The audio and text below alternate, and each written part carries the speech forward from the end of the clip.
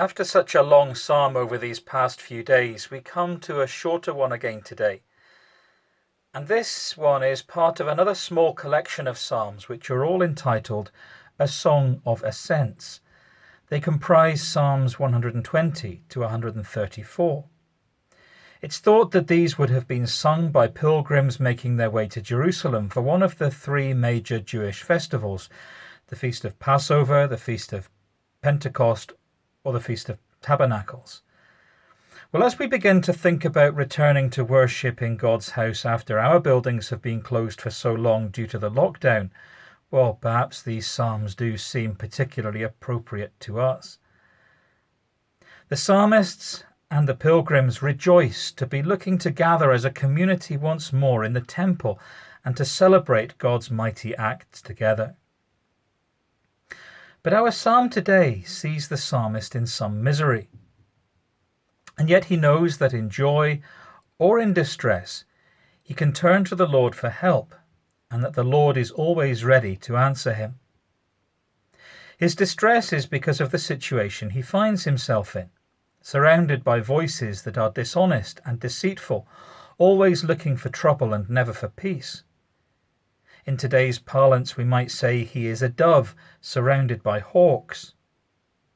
He says that he is saddened to live in Meshech, among the tents of Kedar. Now, Meshech was to the north of Israel and Kedar to the southeast.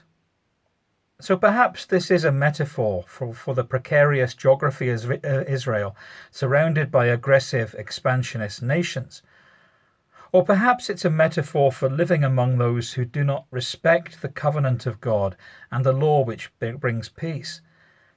Nevertheless, the psalmist knows that God is king, and he knows he can find joy and peace in God's presence. Psalm 120, A Song of Ascents. I call on the Lord in my distress, and he answers me. Save me, Lord, from lying lips and from deceitful tongues. What will he do to you, and what war besides, you deceitful tongue? He will punish you with a warrior's sharp arrows, with burning coals of the broom bush. Woe to me that I dwell in Meshech, that I live among the tents of Kedar. Too long have I lived among those who hate peace. I am for peace, but when I speak, they are for war. A prayer. Lord our God, sometimes we find ourselves surrounded by discontented voices, and conflict seems near. Help us to know that you are always more near.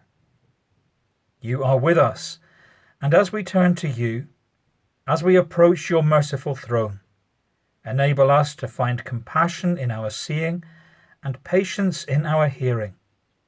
Help us to become makers of peace. Amen.